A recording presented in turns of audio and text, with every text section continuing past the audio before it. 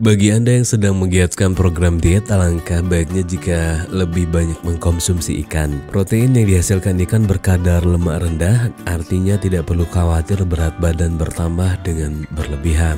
Ada beberapa jenis ikan yang layak direkomendasi untuk dikonsumsi. Dua diantaranya adalah ikan tuna dan ikan gembung. Wajar jika dua ikan ini yang direkomendasikan bagi masyarakat Aceh. Kedua ikan ini melimpah di laut yang luasnya mencapai 295.000 km persegi dengan panjang garis pantai mencapai 2.666 km persegi.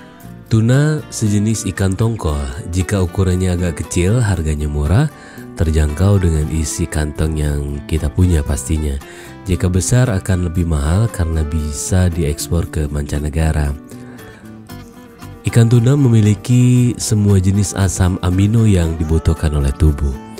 Protein yang dihasilkan ikan tuna juga berjumlah besar, yakni sekitar 24 hingga 30 gram protein per 85 gram. Dengan protein tinggi, jaringan tubuh per konsumsi tuna akan berfungsi dengan baik. Mulai dari pembentukan hormon enzim kolagen antibodi hingga menjaga jaringan otot di dalam tubuh bisa didapatkan dari konsumsi protein ikan tuna.